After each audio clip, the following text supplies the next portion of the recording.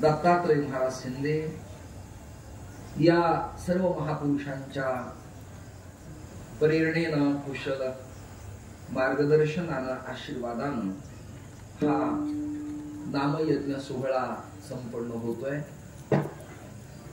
आणि त्यात मला आज परम भाग्यानं हे निमंत्रण ज्यांच्या करवी प्राप्त झालं ते शांती ब्रह्म संत एकनाथ महाराजांच्या वंश परंपरेनं समलंकृत संस्थानाधिपती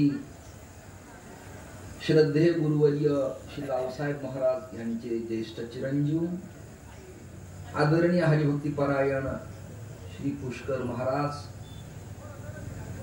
ज्यांना मी अत्यंत प्रेमानं आणि अत्यंत विनम्रतेनं प्रवीण काका म्हणतो, ते नाथरायांचे वंशज.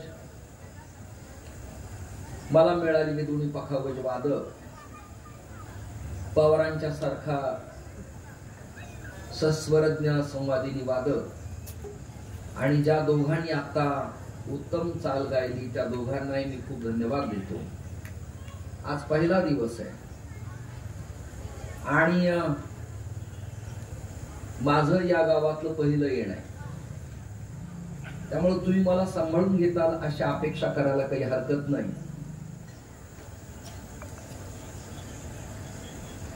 आजचा अभंग शांती ब्रह्म संत एकनाथ महाराजांचा आहे आणि अभंग निवडण्याचं कारणही तसंच आहे. उत्सवाच्या सभामंडपात आल्या आल्या मारुतऱ्याचं दर्शन मला घडलं. भव्य दिव्य देखणी, स्वरूपवान, सिंदूर चर्चित, पवनसुत मूर्ती, नयनरम्य मनोहर असं स्वरूप पाहिलं मी आणि असं वाटलं की मंगलाचरणाला कैसी समचरणीची सुंदरते ध्यान रूप पाहता नाम प्रकरणातले अभंग, त्याचबरोबर स्वरूप प्रकरण, तटस्थ लक्षण या बाबतीत सातत्याने चर्चा होती. पण मारुतीराया, नरसिंह, वामन, दत्तात्रय अशा काही देवता आहेत की ज्याचा साग्र आढावा तुम्हाला मला कीर्तनात घेता येत नाही.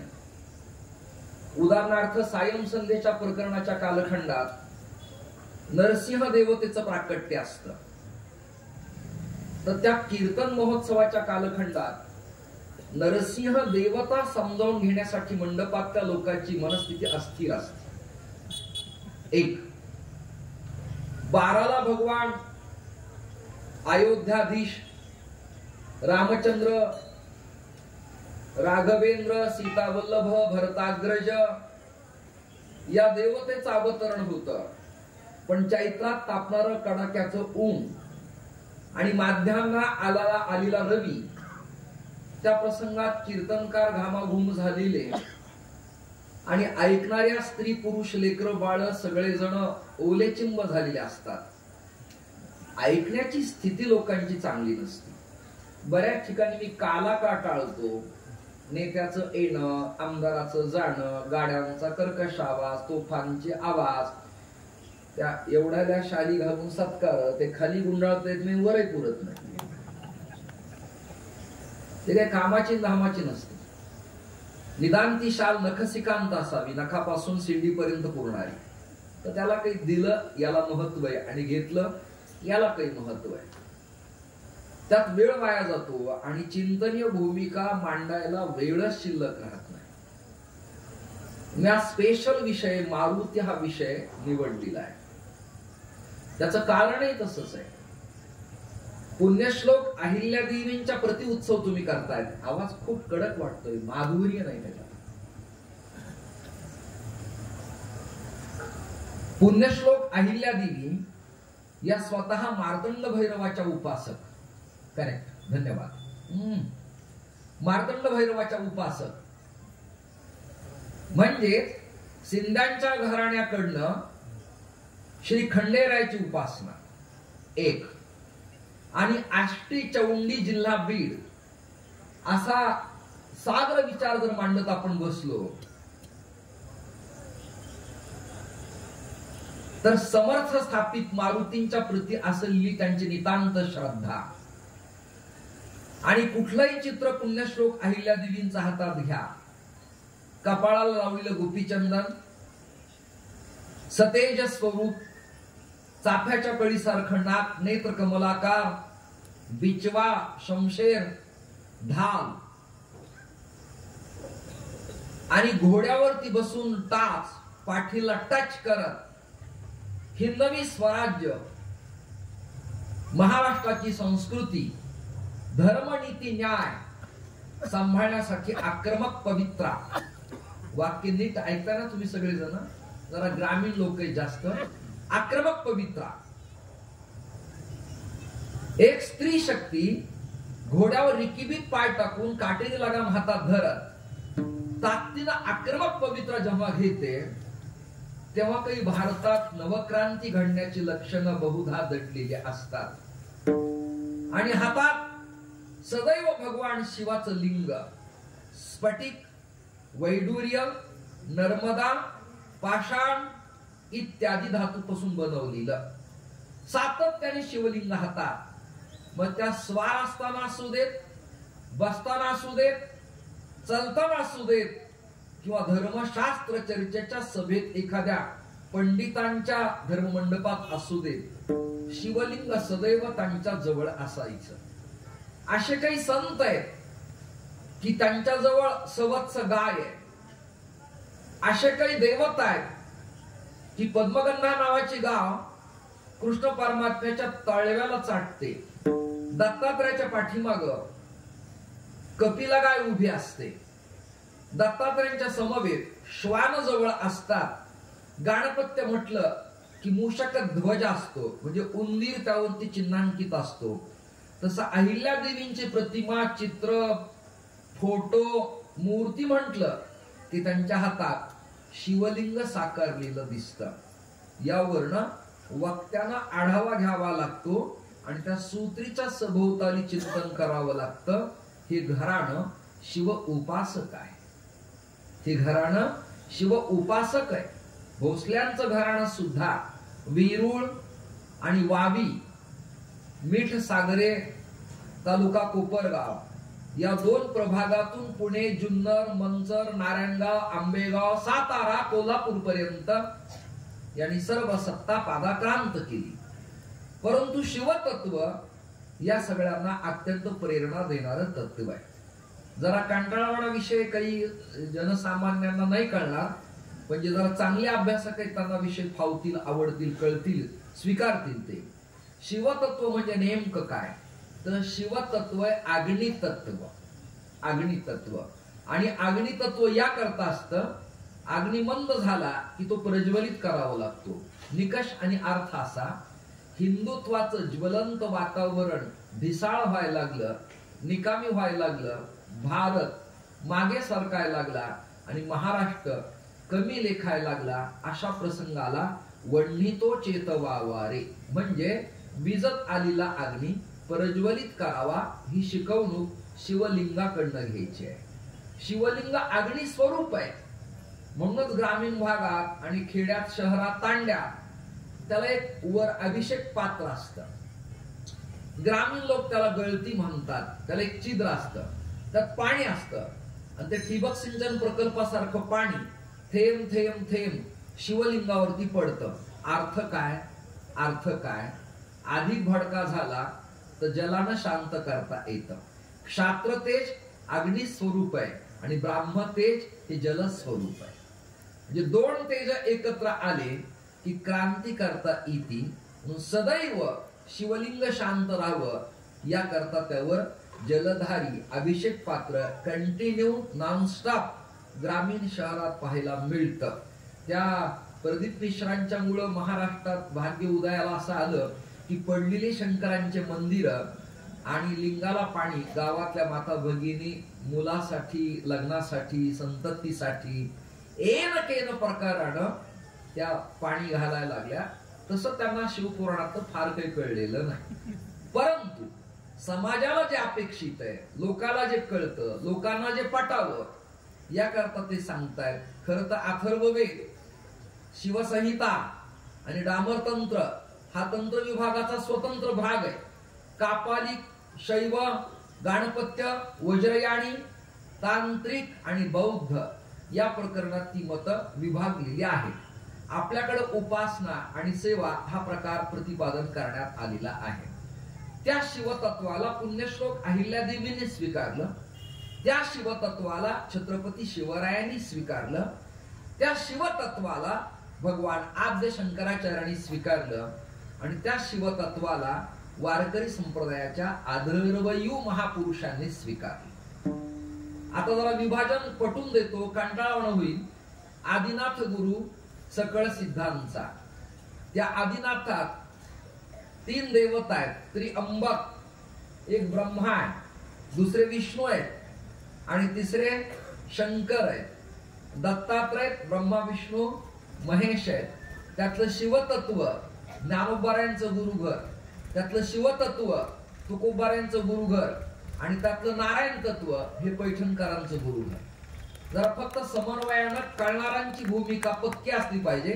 तुमचे कान ताकदीचे असतील तर तुम्हाला हे कळेल. आणि उगीच काहीतरी आरडाओरडा ऐकण्याची सवय असेल तर माझं कीर्तन व्यर्थ होईल सगळं. त्यामुळे तुम्हाला मन लावून ऐकावं लागणार आहे. हे 3 तत्व आहेत, विष्णू तत्व, शिवतत्व आणि ब्रह्मतत्व. या तिन्ही तत्वाचं स्वरूप बनलं विठ्ठल. विदा ज्ञानेन ठाम लाती गृह्णाती इति विठ्ठलाहा. पुन्हा 3 तत्व एकत्र आले, शिवतत्व, विठ्ठल तत्व आणि ब्रह्मतत्व. त्याचं झालं दैवत विठ्ठल.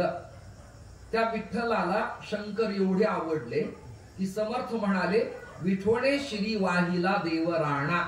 म्हणजे काय? म्हणजे काय? मंडपात आल्यावर एखादं लेकरू कोणाच्याही समाजातलं, कुठल्याही कुळातलं, कुठल्याही जातीतलं स्मार्ट देखणं असेल तर मनुष्य त्याच्या गालाला हात लावतो, कडेवरती घेतो किंवा चालता चालता बाळा बरायस का असं मिस्किलपणे हसतो. तसं शिवतत्व एवढं गुजीरवाण आहे, भगवत भजनानं गोंडच झालं.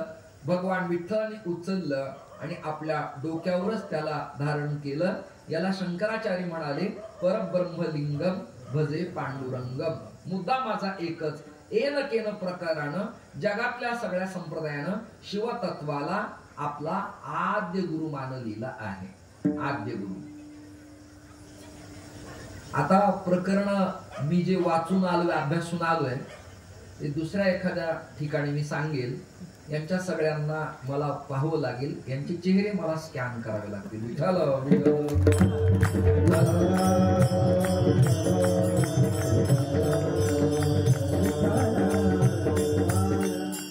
मला विठोबा रखुमाईच्या वेळेला शाल हार तुम्ही सगळेजण घाला, तोपर्यंत मी माझ्या विषयाची चिंतनाची भूमिका पक्की करतो.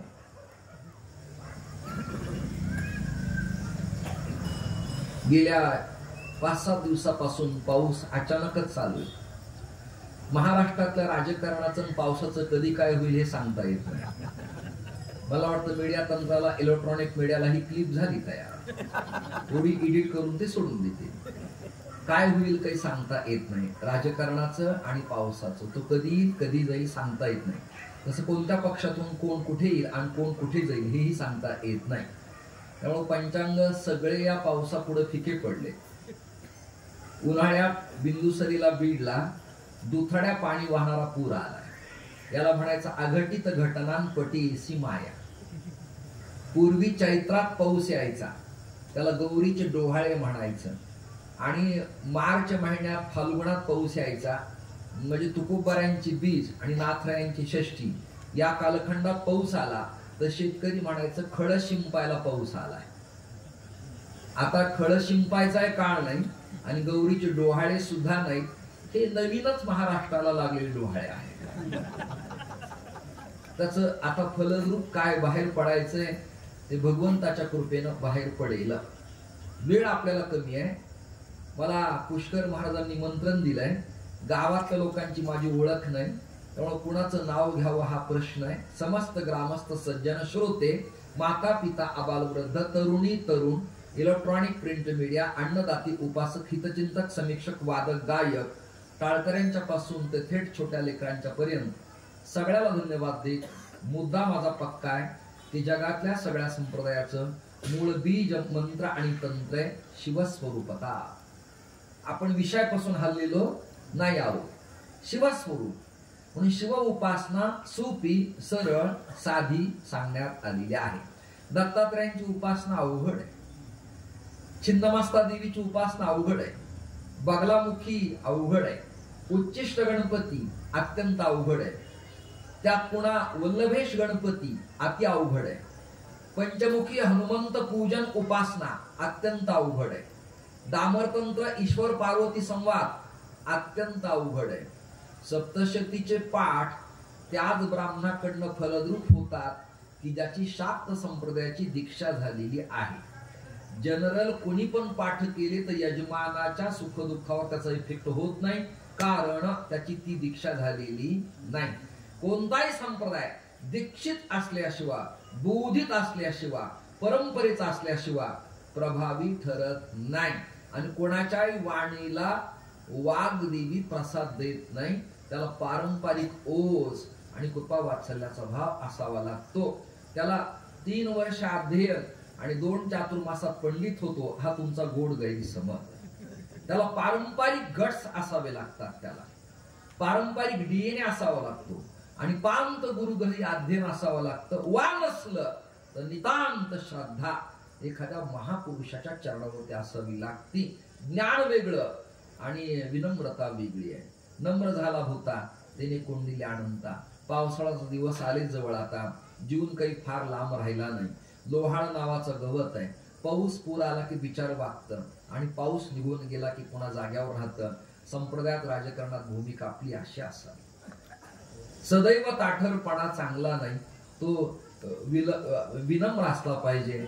नम्र झाला होता त्याने कोंडिले अनंता किंवा महापुरी इति तिथे लोहाळे वाकती. ही संत वचन आहे. संतांचं स्कॅनर आणि संतांचं ऑब्झर्व जगाच्या पाठीवर कुठल्याही तत्ववेत्याला आतापर्यंत करता आलेलं नाही नाही नाही नाही. या शिवतत्वात काही देवता आहेत. यादी सांगतो. ज्योतिबा कोल्हापूर ही शिवतत्व देवता आहे. मल्हारी मार्तंड खंडोबा ही सुद्धा शिवतत्व देवता आहे. त्याचबरोबर ज्योतिबा याच कालखंडात सिद्धनाथ ही देवता शिवतत्वच आहे.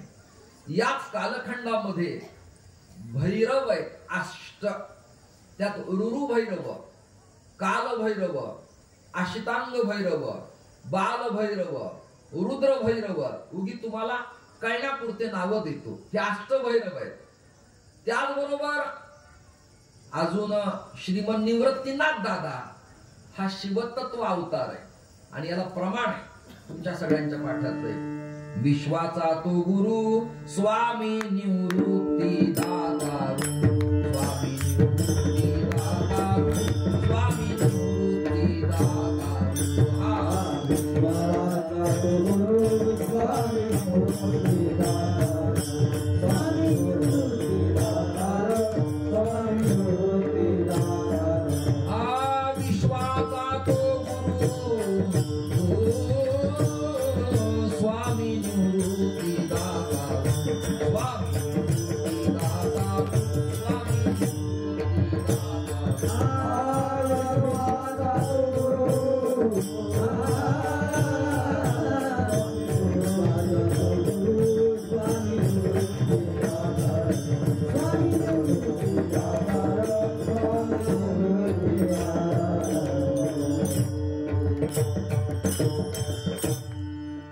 पैठण जवळच आपेगाव विठ्ठलपंत रुक्माईच्या उदरी उदयाला आलेला निवृत्तीनाथ दादांचा अवतार शिवतत्व अवतारच. सदाशिवाचा अवतार. सदा अखंड शिव शब्द कल्याण वाचक. याला पुरावा पद्मपुराण श्लोक 1/2. शिवयति मंगलम नाम यस्य वाची प्रवर्तते.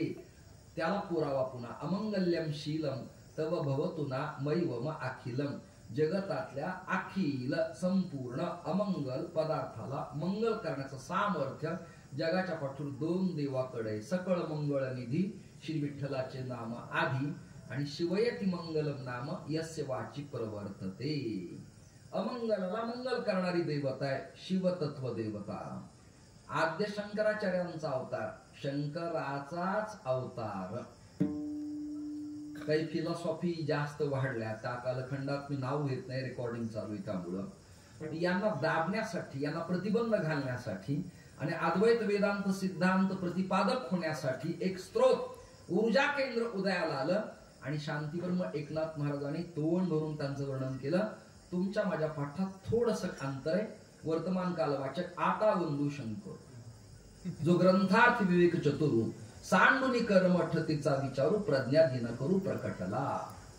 म्हणजे आद्य शंकराचार्यांच्याकडे बोट दाखवून डायरेक्ट निर्देश करणारे जगाच्या पाठीवरचे एकनाथ महाराज एकुलते एक संत आहेत. ज्ञानोबाऱ्यांच्या बाबतीत व्यासांचा मागोवा घेतू भाष्यकाराते, पण कोणते यावर स्वस्ती श्री मासिकात साखरे महाराजांनी मावळवीत विश्वाभासू आणि भाष्यकाराते 42 वर्ष लिहिलं. किती? 42 वर्ष नॉनस्टॉप. श्रोते हो, तुका तरी प्रणिपात दंडवत आचार्य. आचार्याची व्याख्या अचिचिनोतीच शास्त्रार्थम आचार्य स्थापयत्यति स्वयमप्याचार्य दस्तु स आचार्य इति स्मृत. आपल्याकडे विद्वान मनुष्य होऊन गेला बघा, लोकांना कळला नाही. निगमानंद महाराज मत्स्येंद्र गडकर. विठ्ठल विठ्ठल.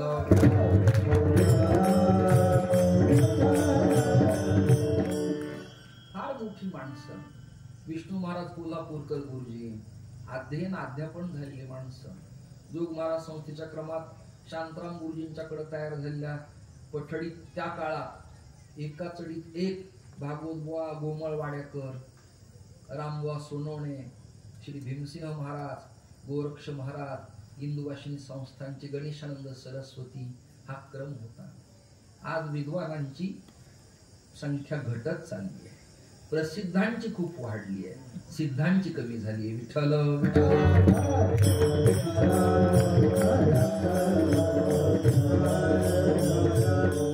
त्या आमच्या नारायणगडाच्या खाली उतरल्यावर एक नारायणवाडी नावाचं गाव होतं. गाव आठवत नाही. विश्वंभर शास्त्री, मोठा विद्वान मनुष्य. घट पट माया ब्रह्म सत असत उपादान निमित्त वेदांताच्या प्रक्रिया असायच्या. पण दुर्दैव असे, ज्ञात्या लोकांना निमंत्रण नाही आणि लोक त्यांच्यापर्यंत पोहोचत नाही. मग माझा एक अट्टहास असतो, नवीन अभंग लोकांसमोर मांडायचा प्रयत्न करायचा. तुम्ही सकाळी तर मारुती जन्मप्रसंगाला येणार नाही, मारुतीची मूर्ती जवळ आहे, शिवतत्व उपासक अहिल्या दिवेत, ते सूत्र कुठेतरी पाळायचं आणि अभंग सभोवताली फिरवत चिंतनीय भूमिका श्रोत्यांच्या समोर मांडायची. ही भगवंतानी माझ्यावर तुमच्या सगळ्यांच्या अनुवंशाने केलेली कृपा आहे आणि त्या कृपेचा मी कृपांकित आहे. विठ्ठल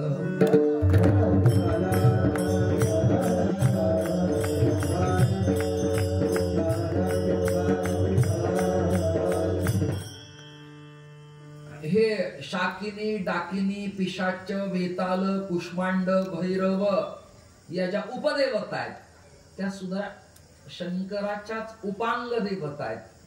उपांग देवता आहेत.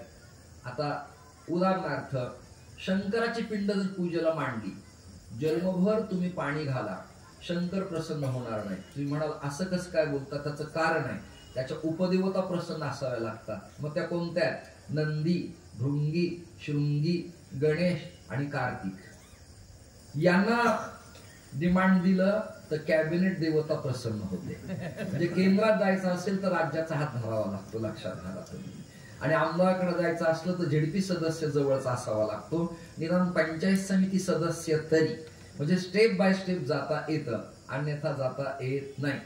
काही ग्रामीण म्हातारे आणि स्त्रिया म्हणतील, बाई चांगलं एखादं कीर्तन ठेवायला पाहिजे होतं, 41-51 गेले असते पण शीन नसता आला, याला कशाला बोलवलं या म्हाताऱ्याला. अशी चर्चा कदाचित मी गेल्यावर उद्या होण्याची शक्यता नाकारता येत नाही. विठ्ठल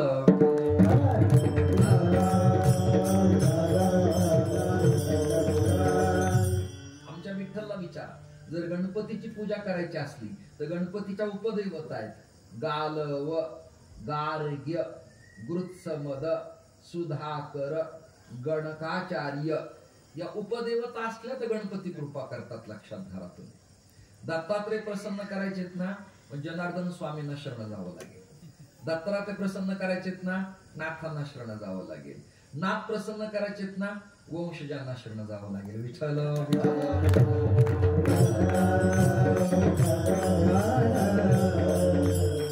आता ते माझ्यापेक्षा वयाने लहान आहेत, परंतु आदराने रिस्पेक्ट देताना मालक या, दंडी संन्याशांनी कुणाला उठाव अभिवादन करू नये असा शिष्टाचार आहे. पण ती मर्यादा बाजूला ठेवून माझं हाड, रक्त, पिंड, संस्कार पैठण वारकरी फडाच्या अंगाच्या असल्यामुळं तात्काळ उठलो मी त्यांना हात जोडले सगळ्यांना. कुठे लवचिक असावं हाही नियम आहे ना, कुठे प्रेम द्यावं याला काही नियम आहे ना. एसीपी खूप कडक स्वभावाचे, परंतु एखादा डीएसपी किंवा डीवायएसपी किंवा फर्स्ट ग्रेड अंमलदार एक्सपिरियन्सनी मोठा असेल तर यूपीसी एमपीसीच्या एखाद्या कलेक्टरनं त्याला रिस्पेक्ट द्यायला काही हरकत नाही असं मला वाटतं. ज्याला जे कळतं तो रिस्पेक्ट त्यांना तिथं देण्यात आला पाहिजे. आता ह्या दोन पोरांनी चांगलं वाजवलं, मी त्यांनी चांगलं वाजवलं म्हणायला मला काय प्रॉब्लेम आहे. या पोरांनी चांगलं गायलं म्हणायला काय प्रॉब्लेम आहे आपल्याला. यांनी पिठी चांगली वाजवली, पवारांची साथ मिळणं म्हणजे अवघड, पण त्यांनी दिली मला ती. विठ्ठल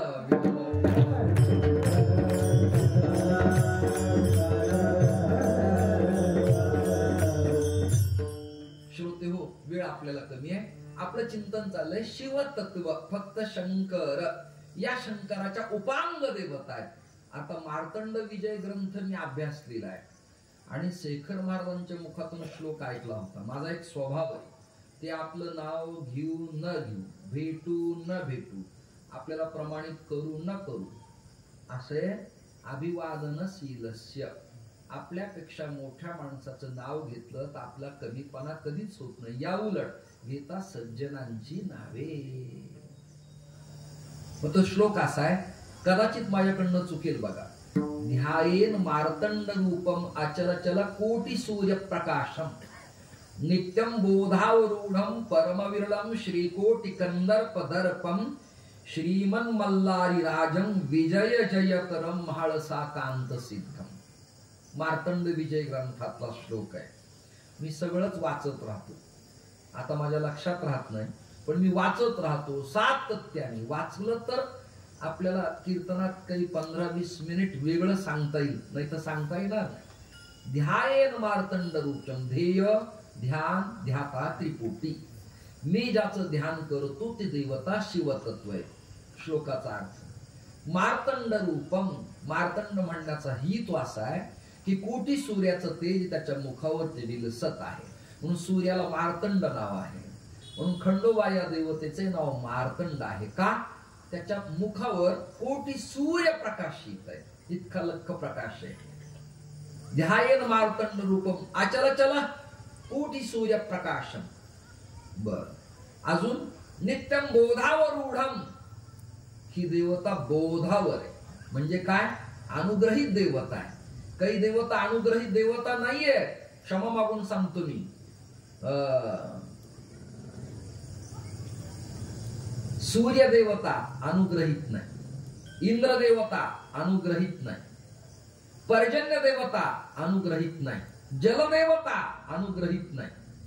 अनुग्रहित देवता दत्तात्रय, विष्णू परमात्मा, शंकर आणि आपणच देव होय गुरु विठ्ठल. या देवाखेरीज अन्य देवता अनुग्रहित बोधित देवता नाही, लक्षात घ्या. बोधावरूढम परमविरलम श्रीकोटि कंदर्पदर्पम. म्हणजे काय?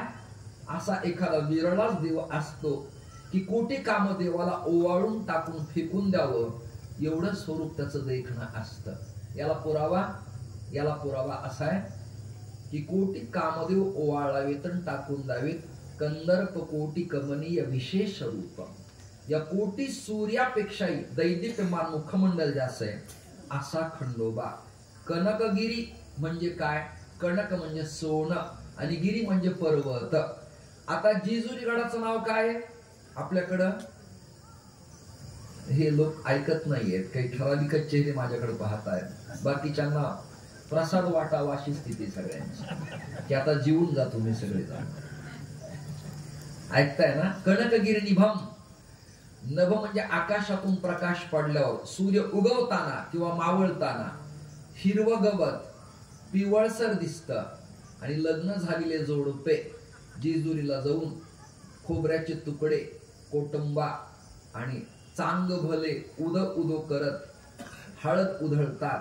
पर्वत पिवळा दिसतो म्हणून कणकगिरिनिभम. कणक म्हणजे सुवर्णाच्या आकाराचा दिसणारा. मला वाटतं एवढ्याच एका विषयावरती चंपाषष्ठीला स्वतंत्र प्रवचन होऊ शकतं. विठ्ठल विठ्ठल.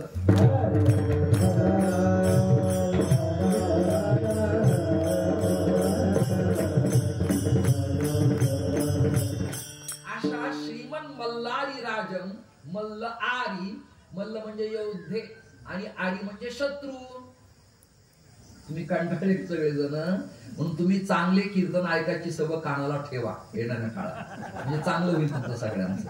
हे युट्यूबला बघून कीर्तन ठेवू नका, चिंतनीय भूमिका ऐका. अरी म्हणजे शत्रू आणि मल्ल म्हणजे योद्धे. बडे बडे योद्धे मार्तंड खंडोबाच्या समोर छिन्न विच्छिन्न होत भेट होते आणि मानाखाली घालत होते. अजून एक कथा सांगतो. जेव्हा इस्लामी राजवट होती त्या काळात जेजुरी गड उडवायचं ठरलं होतं.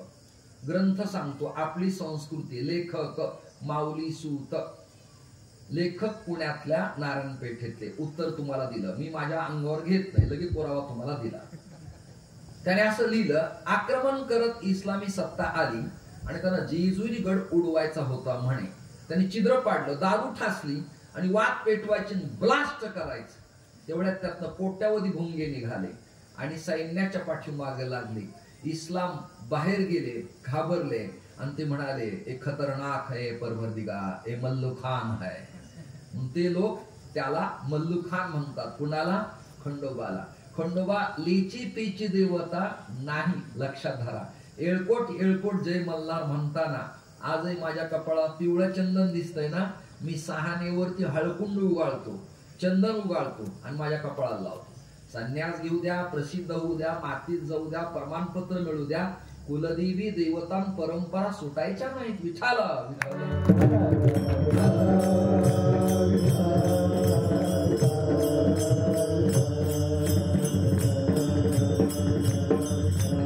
हो. तुम्ही आतापर्यंत शंकराच्या झालेल्या काही स्टेप बाय स्टेप अवताराचे मीमांसा आमच्या समोर मांडल्या, हे सगळं मान्य आम्हाला.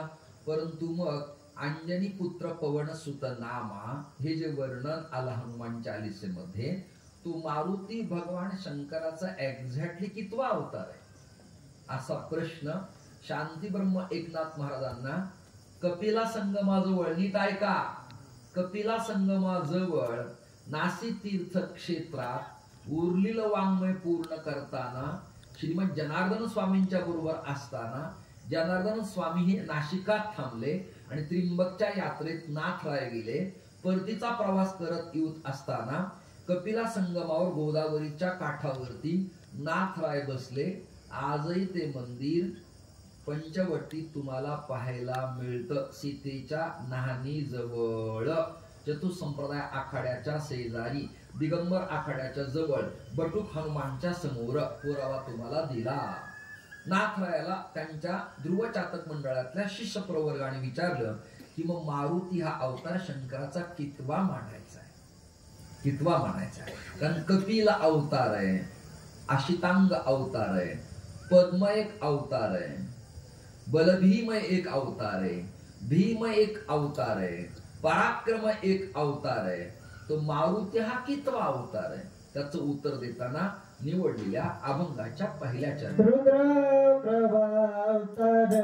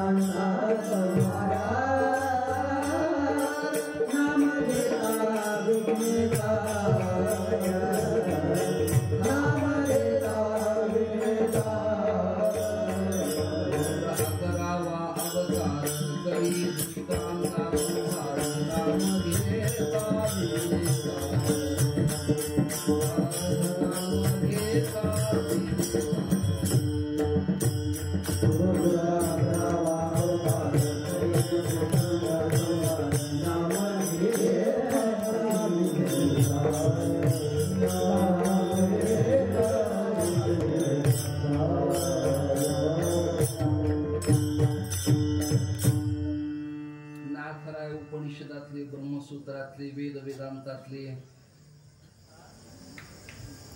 निघंटू व्याकरणातले तज्ञच होते आणि सामान्य नव्हते, ते वैदिकही होते. पद क्रम जटा घन माला शिखा ध्वज तयार होते.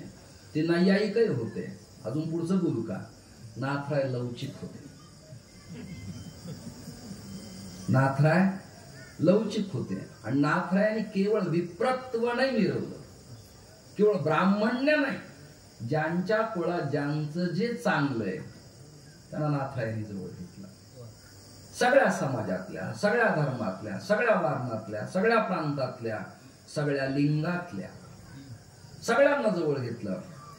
नाथराय कोणाकोणाकडे गेले, कोणाच्या घरी गेले, कोणाकोणाला आलिंगन दिलं, हे केशवकृत नाथ चरित्रात, शंकरराव चतुरकरांच्या ग्रंथात, भिंगारकर बुवांच्या चरित्रात, लरा पांगरकरांच्या प्रकरणात तुम्ही सगळेजण पहा, म्हणजे तुमच्या सगळ्यांच्या महिपती सहित लक्षात येईल. इतकं सुंदर चरित्र आहे. आता तुम्ही पैठणला सांगतायत, मला हे आधी ठाऊक असतं तर 4 तास मी आधी ऐकायला आलो असतो. विठ्ठल विठ्ठल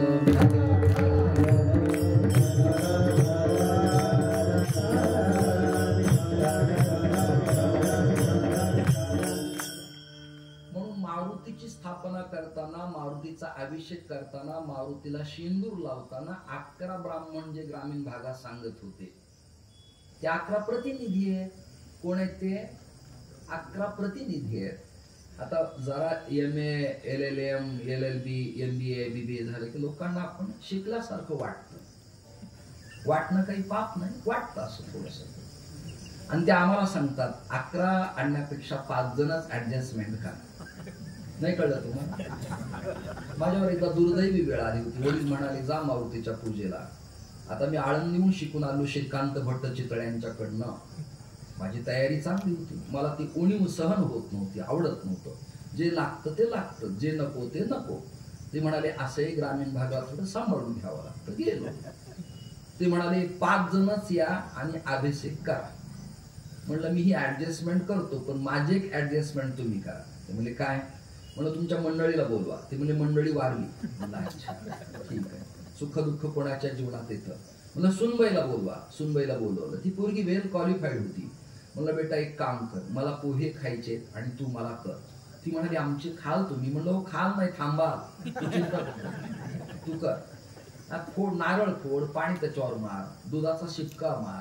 आपण धर्म आहेत ना, पर्यायी मार्ग आहेत ना, असं थोडंच आहे.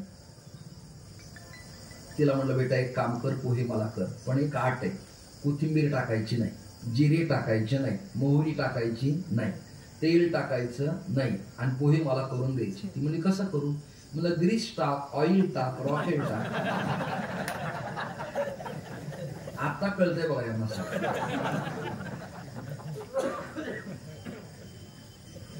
ती म्हणे माझ्या आजोबा पंजोबा माझ्या आजीने सुद्धा असे पोहे केले.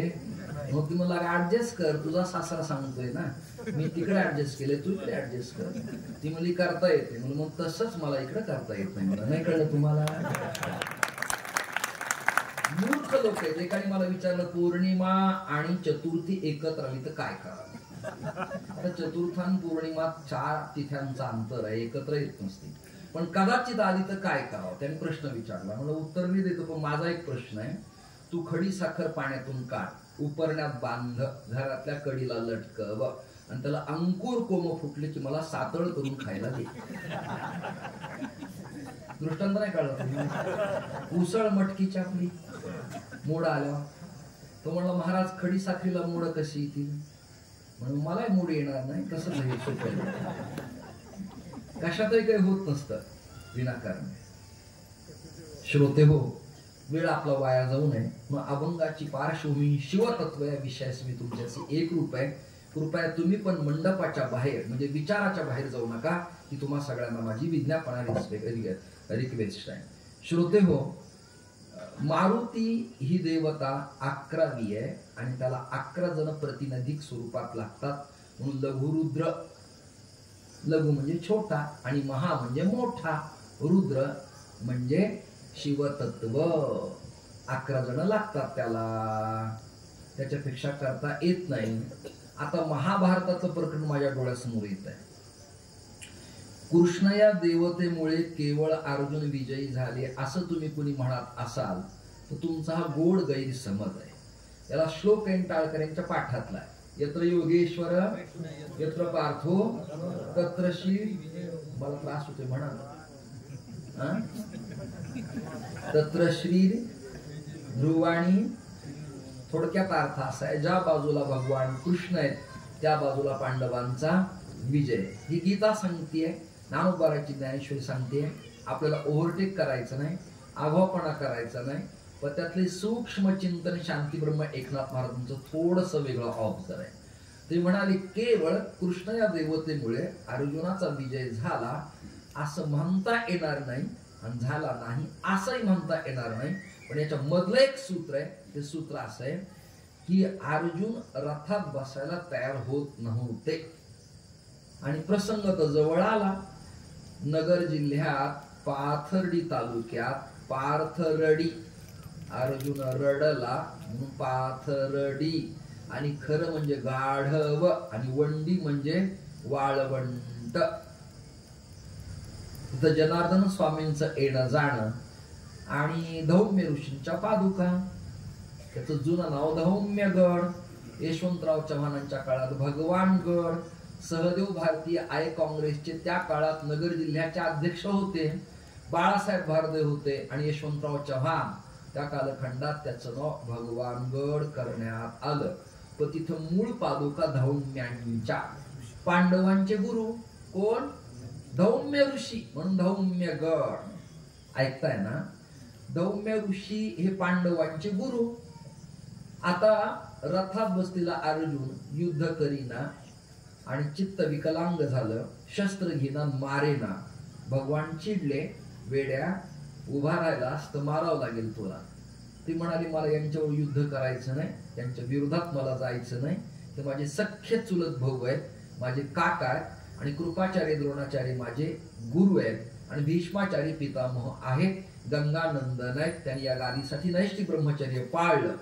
भगवान म्हणाले हे सगळे तुला तुझे वाटतात, पण तुला लाज वाटायला पाहिजे. विवस्त्र द्रौपदी केली आणि मांडीवर बसवण्याचा संकल्प केला, तेव्हा यांचे नाते काही मातीत गेले होते? नात्यातला असला तरी अधर्म होत असेल तर त्याला मारलंच पाहिजे असं गीतेचं मत आहे. आणि मोदींचंही मत आहे, त्या मताशी मी सहमत आहे.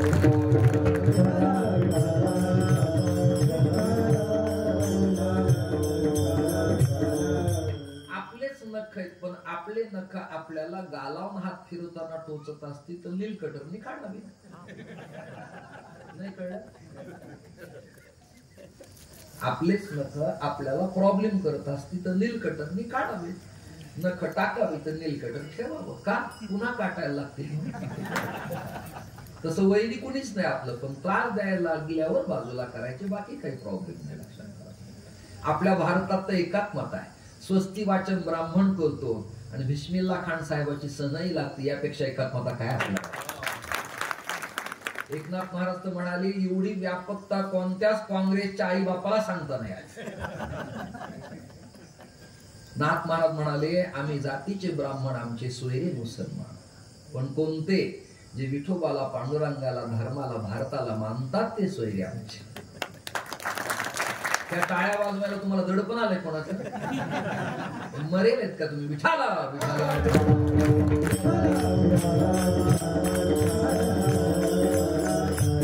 अरे कित्येक बांधव आहेत इस्लाम की सप्ताला वर्गणी देतात, आलिंगन देतात, पारायण करतात, पंक्ती देतात. सगळेच वैरी नाही. कोणत्याही समाजात एखादा दुष्ट असतो, सगळेच काही करेक्टेड आणि पापी नाही. चला श्रोते हो, मायबाप हो, केवळ कृष्ण या देवतेमुळे अर्जुन विजयी झाले नाही. आता अंग थरथर कापायला लागलं आणि गांडीवम संस्कृती हस्तात पक्षाच्या परिदर्शते. भगवान म्हणाले मार. अर्जुन म्हणाला शक्य नाही, हात थरथर कापतायत, बाण उचलल्या जात नाही आणि त्यांना मारण्याची इच्छा नाही. भगवंतानी इथं महाराष्ट्रातलं राजकारण त्या काळात गीतेत मांडलं. ते म्हणाले तुला उभा राहायचं नव्हतं, लढायचं नव्हतं, तर विनाकारण वातावरण कशाला तयार केलं? हे ज्यांना कळलं नाही ते प्रसाद. आता पडला तरी चालेल, तुला उभा राहावं लागेल. आणि तू कशाला मला सागर बंगल्यावर, कधी यशवंतराव सभागृहात, कधी मुंबईला मीटिंग घ्यायला लागणार. आता मग तू माझं शक्य नाही, तुला उभा राहावं लागणार आहे. पक्ष बळ देत आहे, पक्ष फण टाकीन, तू घाबरू नकोस, उभा राहा. नाही मला पडेल असं वाटतं, पडू दे, पडावे परी कीर्ती रूपी लढावे. असं पडा की पुन्हा इच्छा नाही झाली पाहिजे, कीर्ती रूपी लढावे. मला काही विचारतात बसून कीर्तन का करता, म्हणलं पडण्यापेक्षा आधी बसली ना, बसून आपलं. अर्थात हा त्याचा विषय नाही, माझ्या प्राकृतिक कारणामुळे मी बसतो आहे. श्रोते हो, अर्जुन लढेल असं वाटत नव्हतं. डोळ्यात पाणी ठिपकलेलं पाहिलं आणि कृष्णदेव त्यांनी सूचना दिली, नातलं म्हणून माझ्याकडे पाहू नकोस. आता शिष्यस्तेहम शादी मामपाम प्रपन्ना, काही गुह्य सांगण्यासाठी शिष्यत्व तुला स्वीकारावं लागेल, मला गुरु व्हावं लागेल. आणि आज्ञा देतो तुला, आता नात्या पलीकडे जावं लागेल आणि मी सांगतो ते ऐकावं लागेल. सायं संध्येला सूर्य मावळताना तू स्नान करायचं, नदीच्या काठावरती वाळूची लिंग मूर्ती तयार करायची, बेल व्हायचा आणि शंकराची पूजा करायची. नित्यक्रम सुरू झाला. रोज युद्ध विराम व्हायचं, शंख वाजायचे, तुताऱ्या वाजायच्या, रणवाद्य वाजायचे आणि योद्धे योद्ध्याला भिडायचे, घोड्यांच्या टापांचे आवाज यायचे. आता इथे घोडं कुठून आणून, याच बिलामध्ये घोडं. पूर्वी महाराज लोक घोड्यावर फिरायचे, कळलं तुम्हाला? विठ्ठल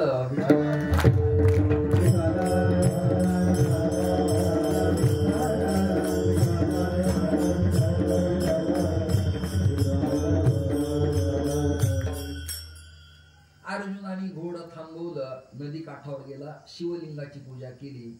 वेद मंत्र कीर्तनात म्हणून नाही असा एक नियम आहे. तर साधा मंत्र सगळ्यांच्या पाठातला, कैलास राणा शिवचंद्र मोळी फणींद्र माथा कारुण्य सिंधू उजवीन शंभो नमः पार्वती पते हर. भगवान एवढ्या श्लोकाने प्रसन्न झाले, पिंड कडकड कडकड वाजली, शंकर त्रिशूळ डमरू हातात घेऊन प्रकट झाले आणि म्हणाले, अर्जुना बोल, काय अपेक्षा आहे? काही नाही, युद्धात मी विजयी व्हावं अशी काही युक्ती मला करून द्या. भगवंतानं पाशुपत अस्त्र हातात दिलं. कोणतं ऐकताय का तुम्ही? त्याचं दुसरं नाव विठ्ठल विठ्ठल.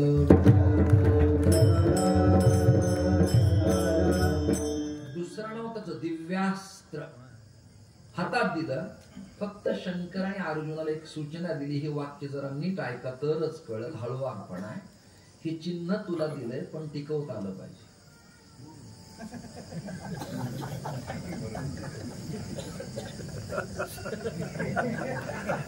विठ्ठल विठ्ठल.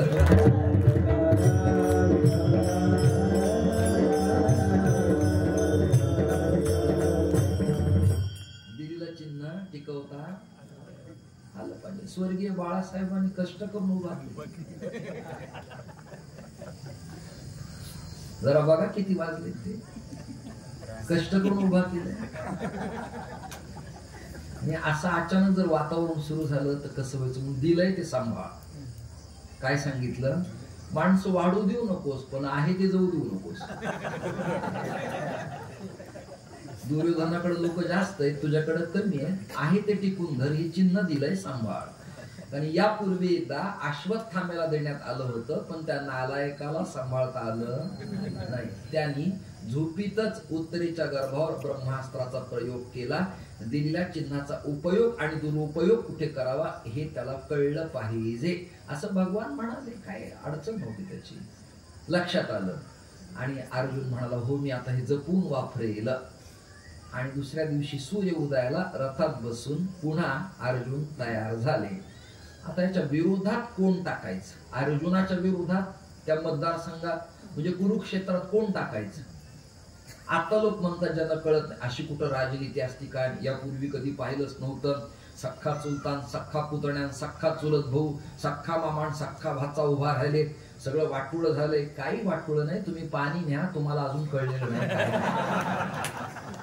हे करेक्ट चाललंय, ही कृष्ण नीती आहे, महाभारत चाललंय, काही चुकीचं नाही. आपण लोकांचं वाटुळं केलं तेव्हा नाही काकला आल्या आपल्याला. आता काय प्रॉब्लेम आहे तुम्हाला? श्रोते हो, सज्जन हो, माझा मुद्दा नीट ऐका. अर्जुन रथात बसला, पण ही वार्ता कळली शकुनीला. शकुनी हा दुर्योधनाचा सख्खा मामा. त्या शकुनीनं बरोबर पांडवांचा सख्खा मामा शल्य फोडला. पहिली फोडाफोडी सुरू झाली महाभारतात. कोण फोडला? बोला बोला. शल्य कुणाचा? युधिष्ठिराचा. नकुल सहदेव भीम अर्जुनाचा सख्खा मामा फोडला. कुणी? शकुनीनं. आणि पुन्हा म्हणला दुर्योधनाला, भाजे चिंता मत करो बेटा, जब तक तेरा मामा जीवित है तो तब तक चिंता नहीं करना. मेरे जीजू आंधे हैं और मेरे बहना ने पट्टी बांध के रखी है, लेकिन मैं मामा हूँ गांधारी नंदन. बेटा चिंता मत करो. जमतंय ना पात्र? कृपया मी शकुनी नाही, फक्त मांडलाय तुमच्या समोर. अंगरखा काढा ना, ते चावील तुम्हाला आतमध्ये. खरंच चावील ते. विठ्ठल विठ्ठल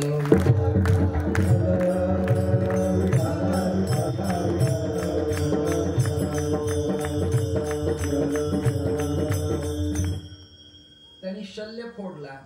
आता शल्य गाडी चालवायला, बरोबर आहे ना, अर्जुनाचा रथ चालवायला भगवान कृष्ण. ऐकताय ना तुम्ही? आणि शल्य हा कर्णाचा रथ चालवायला. कोणाचा? आता एका मतदारसंघात म्हणजे कुरुक्षेत्रात 2 जण सख्य भाऊ एकामेकाच्या समोर उभे केले की नाही?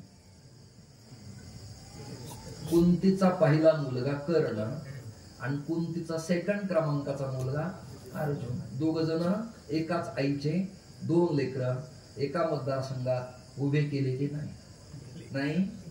केले. दोन्हीकडे 2 मामा. शल्य फोडला, शकुनी गेला.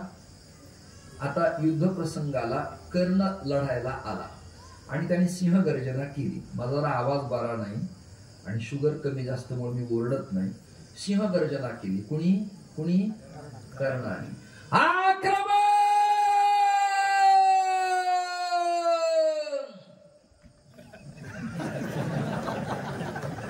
एका ओरडलो, गावातल्या मुर्द्यांना कळावं कीर्तन चालू. काही मुर्दाड आहेत ना, त्यांना कीर्तन कथा भजन कथा आवडत नाही. त्यामुळं हे एवढं ओरडावं लागतं. नाही तर हे ओरडून पैसे कमवायचं काम नाही. सहज हळूवार मी तुले आणि साळ साच आणि मवाळ शब्द जैसे कल्लोळ अमृताचे.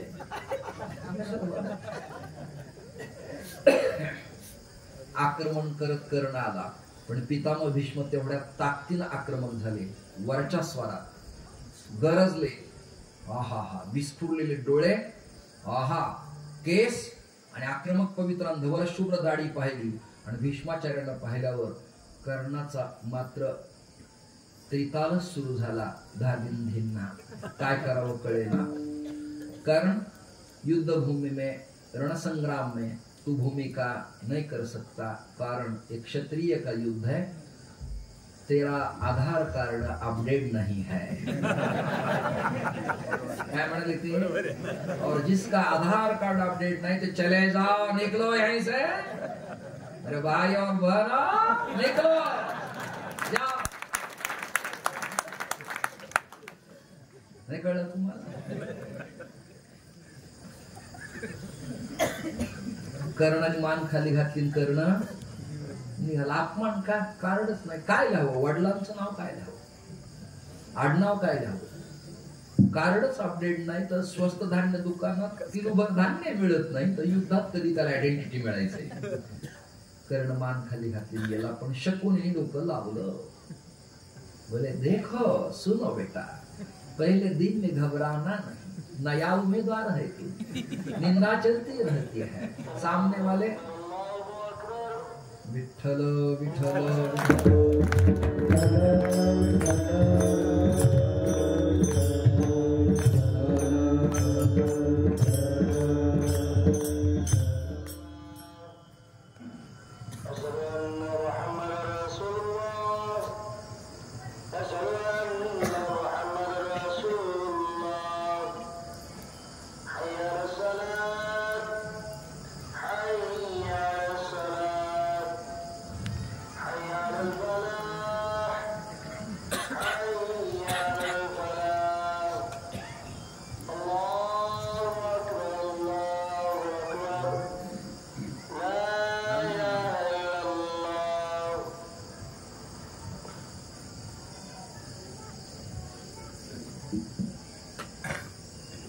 शकुनीनी रातोरात कटकारस्थान केलं आणि अंग देशाचा राजा कर्ण केला. शपथविधी पूर्ण झाला.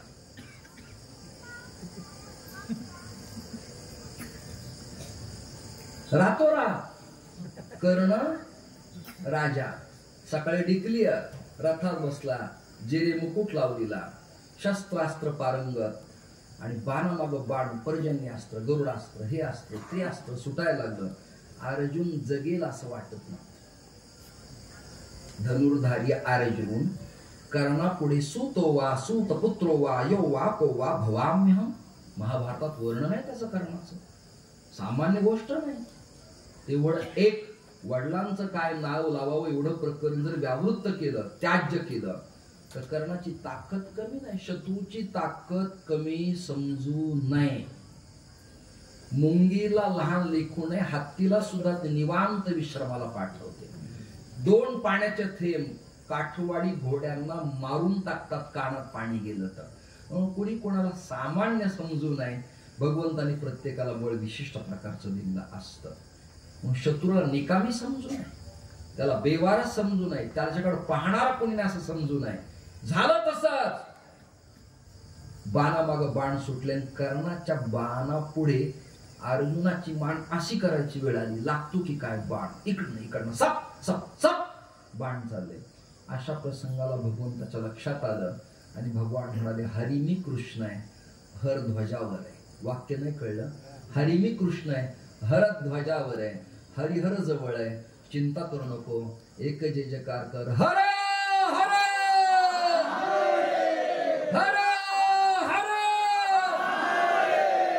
सिंहगर्जना झाली आणि कर्णप्रत्यंच्या वाढताना बाण हा असा अर्जुनाचा ध्वजावरच्या मारुतीच्या चित्राच्या पायाला स्पर्श झाला. वाक्य ऐकताय ना? ज्ञानोबारांनी महाभारतात हा भाव लिहिला. ध्वजस्तंभावरी वानरू, तो मूर्तिमंत शंकरू, सारथी शारंग धरू, अर्जुनैसी लप लप लप ध्वज हालत होता. भगवान असे पूर्वमाला न्यायला आले. पिवळे ध्वज, भगवे ध्वज फडफड करत होते आणि मी गाडीत बसलो होतो. असं मला वाटलं की साला मी राष्ट्रपती तर नाही ना, मी आता नुसता पती सुद्धा. एक समाधान वाटतं, आनंद वाटतो ध्वज फडकताना. रंग कोणता हा भाव वेगळा. ध्वज फडकत होते, बाणामाग बाण लागत होते आणि त्या फडकणाऱ्या ध्वजावर मारुतीचं चिन्ह होतं. ध्वजस्तंभावरी वानरू, तो कोण आहे? मूर्तिमंत शंकरू, सारथी शारंग धरू अर्जुनैसी. स्पर्श झाला, भगवंताची ऊर्जा मिळाली. कोणाची? शंकराची, मारुतीची, 11व्या रुद्राची, अवताराची. नाथरा विनाकाला मग लिहित नाहीत. ऊर्जा मिळाली, बाहुबला ताकद आली, छाती भरल्या गेली आणि एका मागे एक बाण सुरू केले आणि असा एक बाण गेला की कर्णाचं धड बाजूला गेलं आणि शिर बाजूला गेलं आणि रक्ताच्या थारोळ्यात पडलेला कर्ण. ही वार्ता नारदाच्या करवी कुंतीच्या कानावर गेली. तिच्या लक्षात आलं माझ्या दोनापैकी एक गेलं, पण हे अधर्माच्या गटात उभं नको होतं, इकडं असतं तर मोक्षाला गेलं असतं. कथा संपली. कथा संपली. रुद्र 11वा अवतार, उत्तरार्ध करी दुष्टांचा संहार. दुष्टांचा संहार. अशा मारुतीचं नाव पहिल्या प्रथमदिनी घेणं मंगलाचरणाला गरजेचं आहे. नाम घेता विघ्ने जाय, नाम घेता विघ्ने जाय, नाम घेता विघ्ने जाय, नाम घेता विघ्ने जाय, नाम घेता विघ्ने जाय, नाम घेता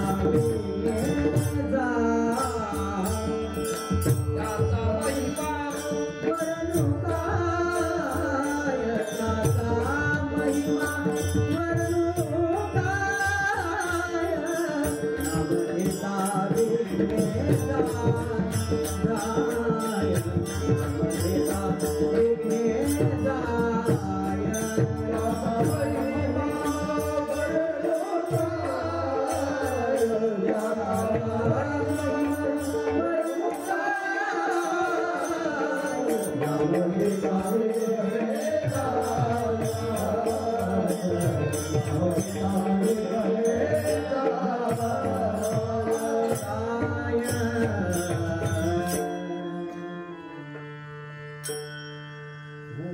अडचण अशी आहे की मारुतीचं नाव घेताना कोणतं नाव घ्यावं? आतापर्यंत भजन भानुदास एकनाथ, जनार्दन माऊली, जनार्दन एकनाथ, ज्ञानदेव तुकाराम, निवृत्ती ज्ञानदेव, सोपान मुक्ताबाई, एकनाथ नामदेव तुकाराम, राधे गोविंद, सीताराम सीताराम, दिगंबरा दिगंबरा, मोरया मोरया, हे भजन ऐकले. परंतु मारुती मारुती असं भजन मी ऐकलं नाही. तुम्ही कुणी ऐकलं असेल तर माझं भांडण अजिबात नाही. परंतु एकनाथ महाराजांचा अजून एक प्रकरण आहे, फार छान आहे.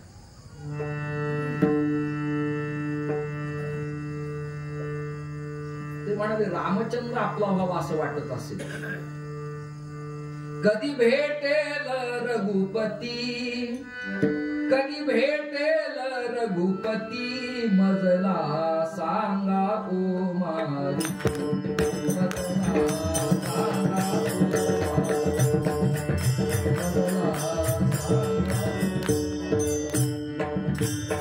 कधी भेटेल रघुपती, कधी भेटेल रघुपती, मजला सांगा ओ मारुती, मजला सांगा ओ मारुती.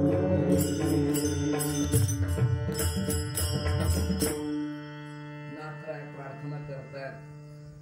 छबिना निघताना रात्रीच्याला मारुतीरायाजवळ पैठणात, कधी भेटेल रघुपती, मजला सांगा ओ मारुती.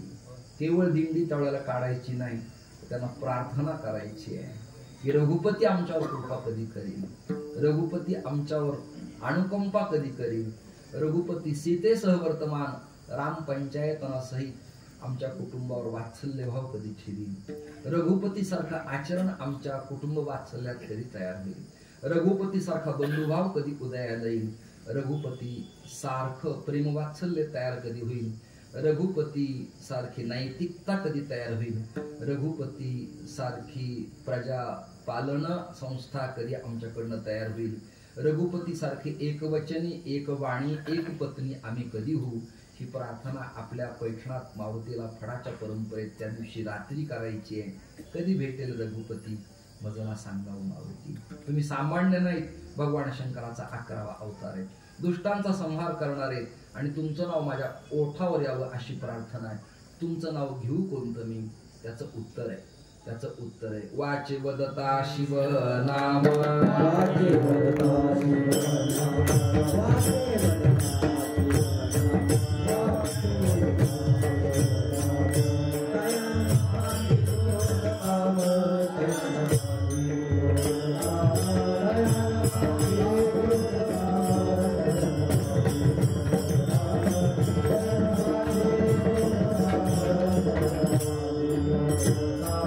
वाचे वदता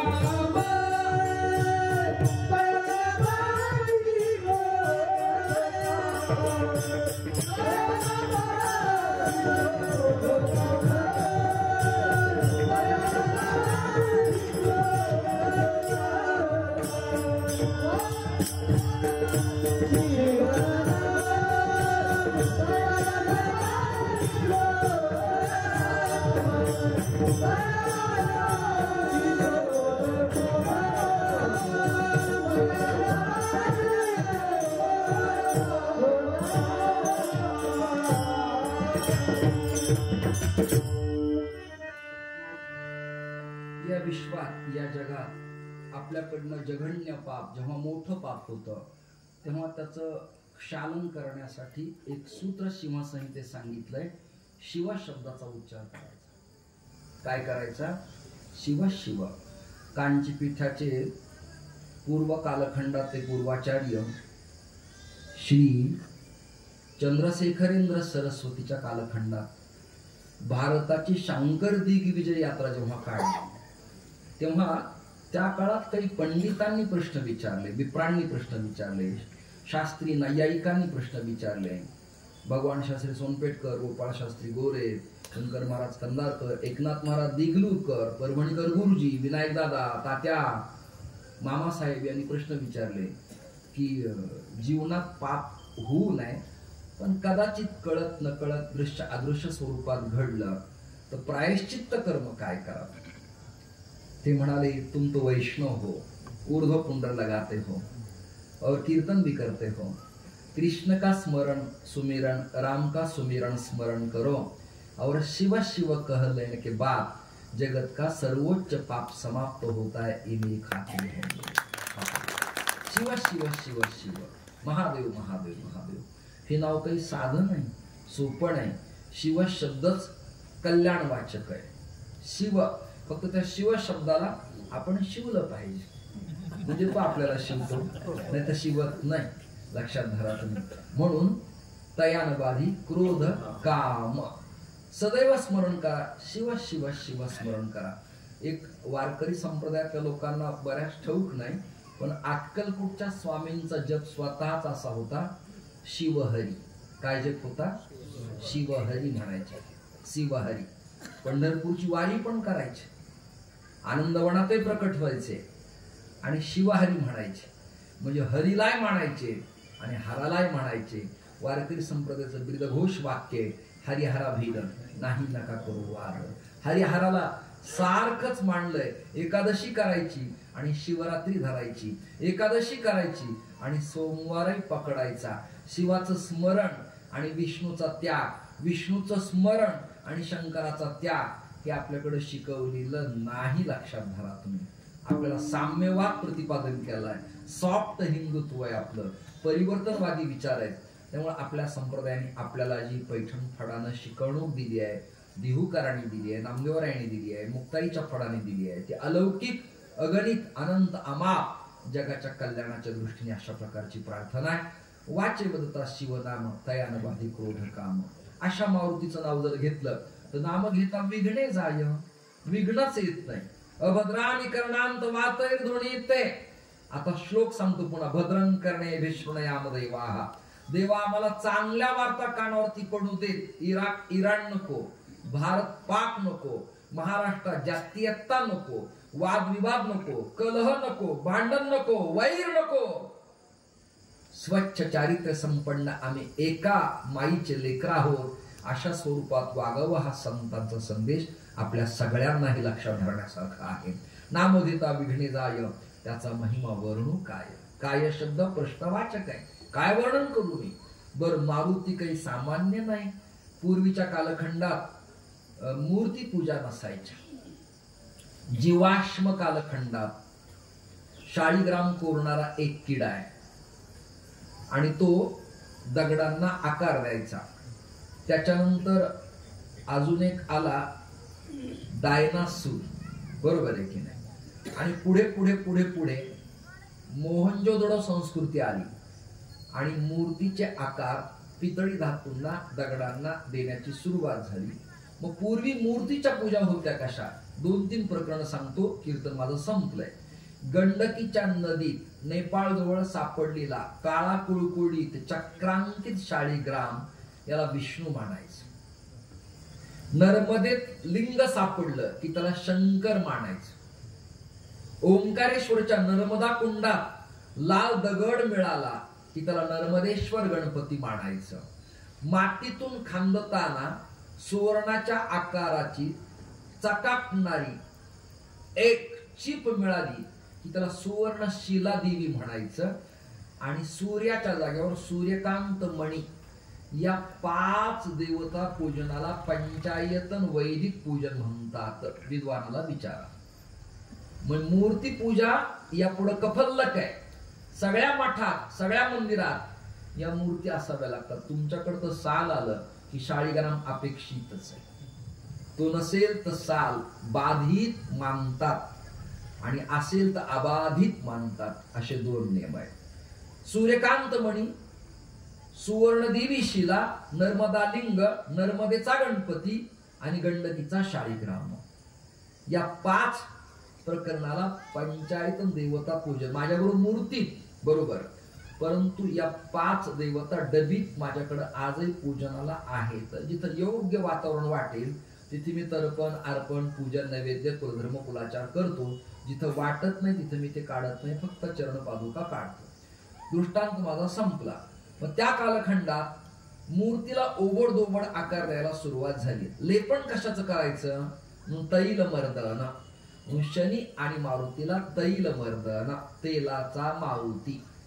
तेल नाही मिळालं तर मग सिंदूर लेपण, आणि सिंदुराच्या लेपनानं मूर्ती सतेज दिसते. आजही माझं चॅलेंज आहे, मार्बल ग्रेनाइटचा दगड तुम्ही राजस्थानवरनं करोडो रुपयाचा आणा, मारुती, दत्तात्रेय, कृष्णराम इत्यादी, परंतु काळ्या पाषाणाचा दगड आणि त्याला लावलेला सिंदूर, माहूरच्या देवीचा तांदळा, मोहोटा देवीचा तांदळा, सेंदराचा मारुती आणि सेंदराचा गणपती उपासनेला इफेक्टिव्ह आहे. नाही कळलं तुम्हाला? प्रसन्न वाटतं. नाथ महाराज यापेक्षा वेगळं बोलत नाही. ते म्हणाले, अंगी सिंदूर चर्चिला, अंगी सिंदूर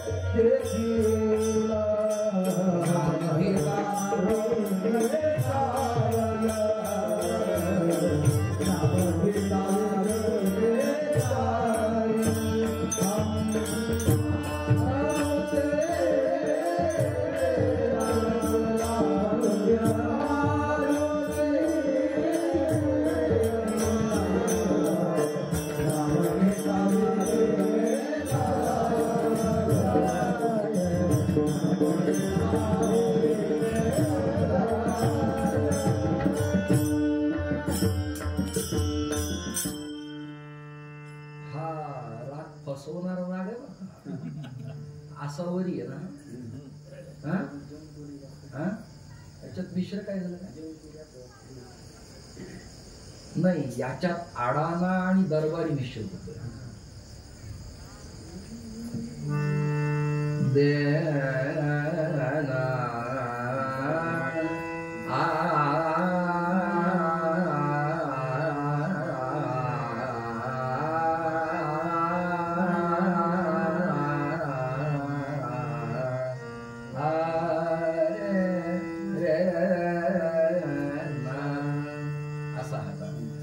जर वर गायला तर आडाणा तयार होतो. जणी दे करया दिना, असं हे पतियाला घराण्यात ते कुणीतरी गायले, आता माझ्या लक्षात नाही. माझं गाणं सुटलेलं आहे, विठ्ठल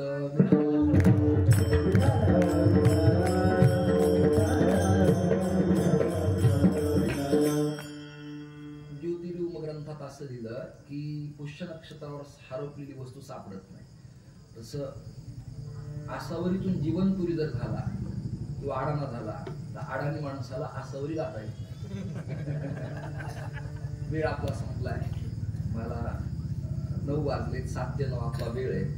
8 वाजून 56 मिनिट झाले. त्यामुळे आपण इज्जतीत थांबलेलं बरं आहे. म्हणजे मोर्चा निघून सत्ता जाण्यापेक्षा आपण थांबलेलं आहे. अंगी सिंदूर चर्चेला 2 पाठ आहेत, भव्य वा दिव्य मारुती देखीला. कुठला पाहिला असेल मारुती नाथराय? कल्पना करा. त्याचं उत्तर सांगतो.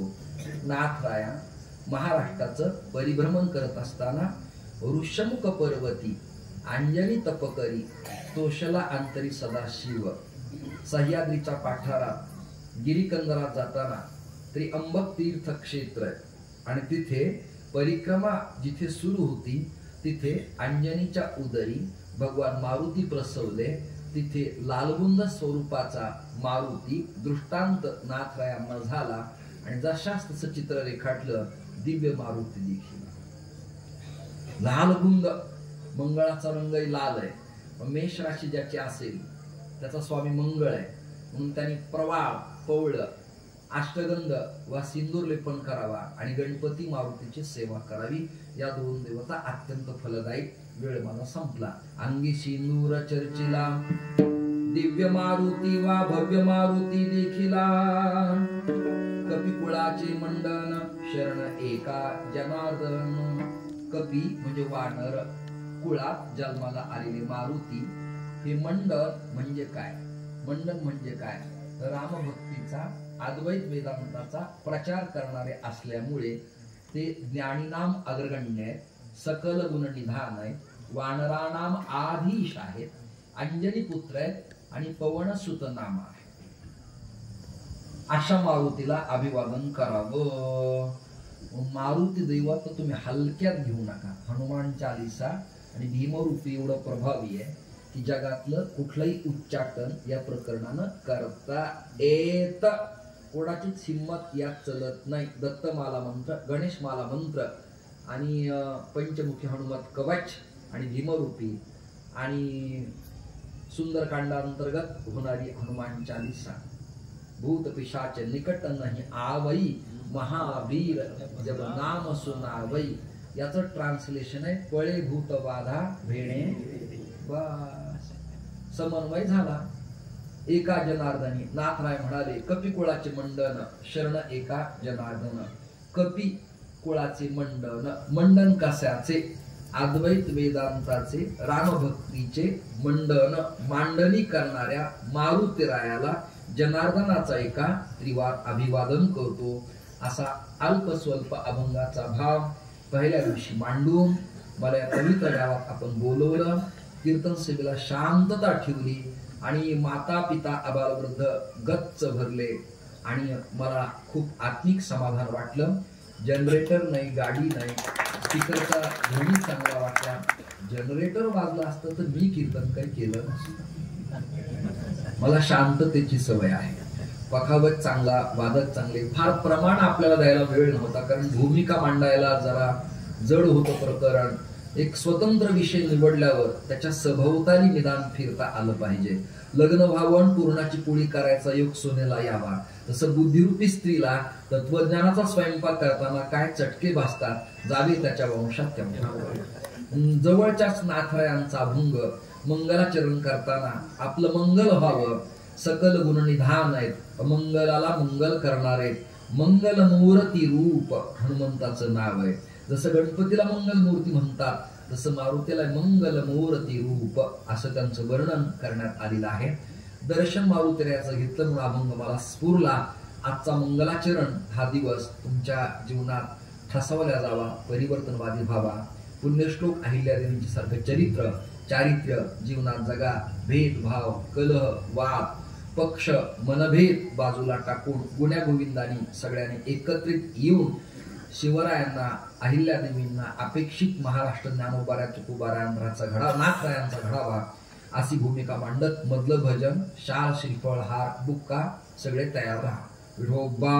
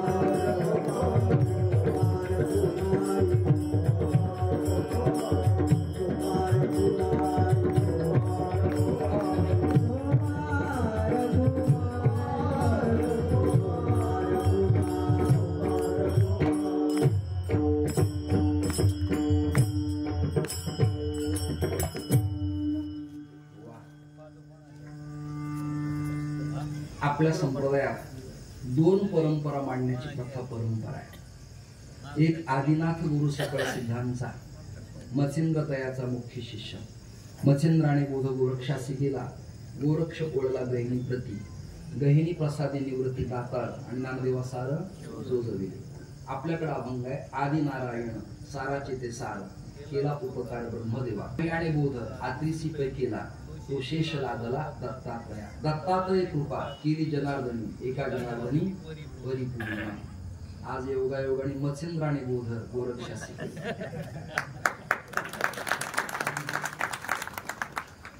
आणि भोसले कुलोत्तम योगायोग आहे. त्यांना धन्यवाद देतो. माल्यार्पण मला केलं. मी खूप लहान आहे, माझ्या जीवनात मला अखंड लहानच राहू द्या अशी भगवंताच्या चरणी प्रार्थना करून संप्रदायाच्या नियमाप्रमाणे माऊलीचं भजन, नाथरायाचं भजन आणि मग कार्यक्रमाचा समारोप. वेळ खूप झाल्यामुळं भैरवी काही नको, मला स्वर जास्त झाल्यामुळे मी म्हणालो नाही. मला काळीची सवय, कधी कधी पखावज लागत नाही, त्यामुळे आपण त्या स्वरात ऍडजस्टमेंट केलंय. एकाने मला विचारलं होतं स्वर कोणता लावायचा, त्याला मी असं दाखवलं, त्याला कळलं नाही. तर तो म्हणला हे काय, म्हणलं पांढरी दोर लाव.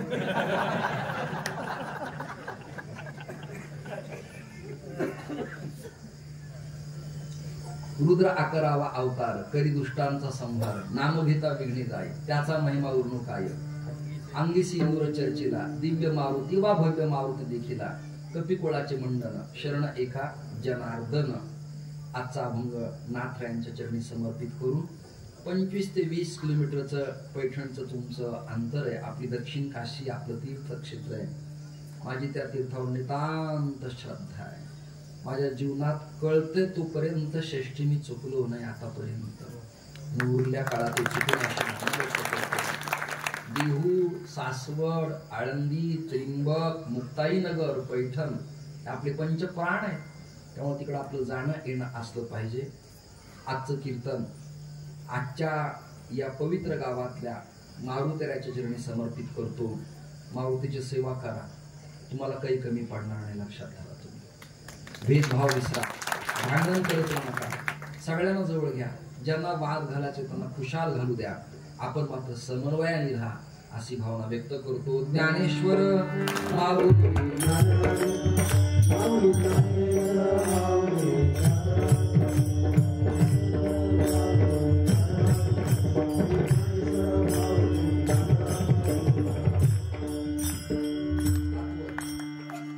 भानुदास एक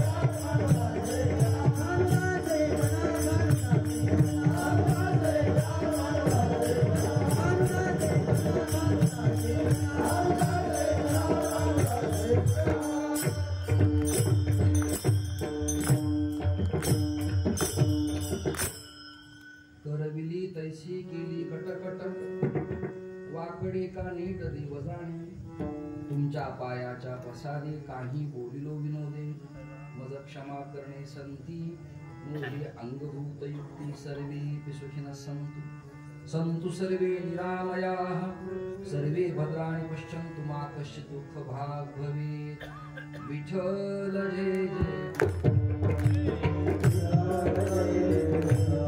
जय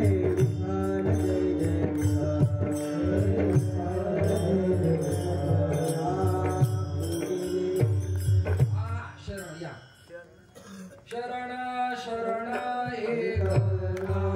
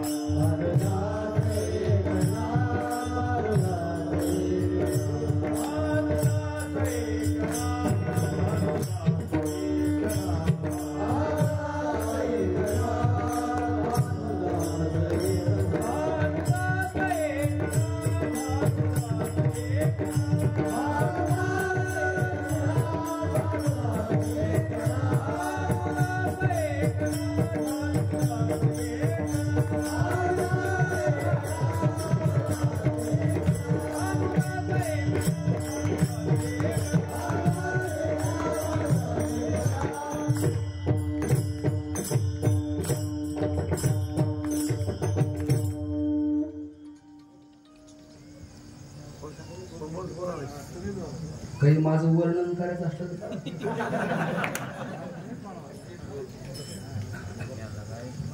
श्री क्षेत्र दहीफळ जुने या क्षेत्रावर सुरू असलेला अखंड हरिनाम सप्ताह तथा राजमाता पुण्यश्लोक अहिल्यादेवी यांच्या जन्मोत्सवानिमित्त सुरू असलेला हा अखंड हरिनाम सप्ताह शक्यतो महाराजांच्या अनुभवाच्या वयाप्रमाणे पहिला दिवस शक्यतो कुणीच घेत नाही, पण महाराजांनी मागून घेतला. गावकऱ्यांची इच्छा अशी होती माझ्यापाशी की बाबांनी काल्याचं कीर्तन करावं, पण बाबांनी आता त्या संबंधाने या ठिकाणी त्याचं स्पष्टीकरण कीर्तनातून दिलं. आणि असे महात्मे आपल्या वारकरी संप्रदायाला लाभले आणि आम्हाला विशेष अभिमान महाराजांबद्दल असा वाटतो की शांती ब्रह्मसंत एकनाथ महाराजांच्या परंपरेचं भजन असेल, नाथ महाराजांची गुरु शिष्य परंपरा काय, आणि असे महात्मे शांती ब्रह्मसंत एकनाथ महाराजांच्या शिष्य परंपरेमध्ये तयार आहेत. यामध्ये नाथांचंही मोठं नाव आहे आणि महाराजांचं सुद्धा मोठं नाव आहे. महाराजांनी आपल्या विनंतीला मान देऊन महाराज नुसतेच त्या ठिकाणी कीर्तन करत सुटतात असा बऱ्याच जणांचा भ्रम असेल तर तो अजिबात नाही. महाराजांनी सध्याच्या घडीला जवळपास 14 ग्रंथ पूर्ण करून मागच्या वेळेस म्हणजे मागच्या 2 महिन्यापूर्वी नाथषष्ठीला सप्तमीच्या दिवशी देव भक्त कथामृत नावाचा फार मोठा ग्रंथ या ठिकाणी लिहिलाय आणि असे 14 ग्रंथ महाराजांनी लिहिले. महाराज ज्या पद्धतीने कीर्तन करतात त्याच पद्धतीने तेवढा आजही याही वयात महाराज त्या ठिकाणी अभ्यास करतात. त्यामुळं असे महात्मे आपल्या वारकरी संप्रदायाला लाभले हे खरोखर आपलं सर्वांचं भाग्य आहे. आणि गावकऱ्याच्या या ठिकाणी वतीनं आमच्या शब्दाला या ठिकाणी आपण मान दिला त्याबद्दल समस्त गावकऱ्यांच्या वतीने आयोजन समितीच्या वतीने महाराज आपल्याला नतमस्तक होतो आणि आपलं या ठिकाणी धन्यवाद व्यक्त करतो. नारायण. साराबाद प्रमाणे अखिल कोट ब्रह्मांड नायक पंढरीनाथ विश्व माऊली कैवाल्य साम्राज्य चक्रवर्ती श्री ज्ञानोबराय